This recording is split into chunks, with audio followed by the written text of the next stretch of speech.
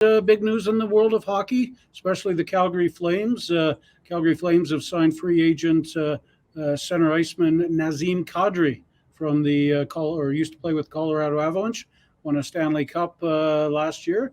Flames have signed him to a reported 7-year deal worth $7.5 million a year. So that's really strengthening the Flames lineup. They're now very deep in center, so they're going to be a team to watch this year for sure.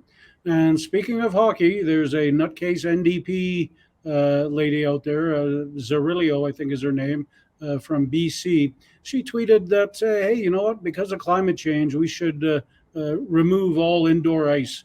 It's really creating a lot of climate change and emissions. So I don't think that's going to go over well with the millions of hockey players, figure skaters, curlers, speed skaters, ringette players, and on and on and on that have fun on ice and indoor ice in Canada. But we'll see how that does for the NDP.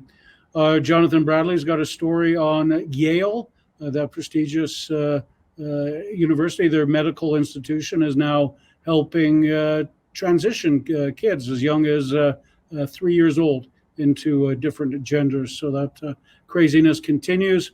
We've got a good column by David Creighton, speaking of craziness, on the Justin Trudeau COVID hysteria.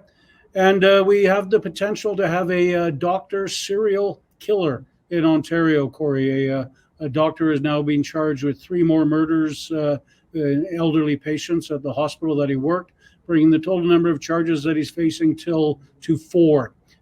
So that's interesting. You remember the case of Dr. Harold Shipman in England a couple of years ago, and he killed more than 200 of his patients.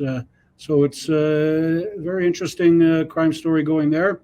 Lots of stuff coming up this afternoon, and even starting to get ready for the weekend, Corey.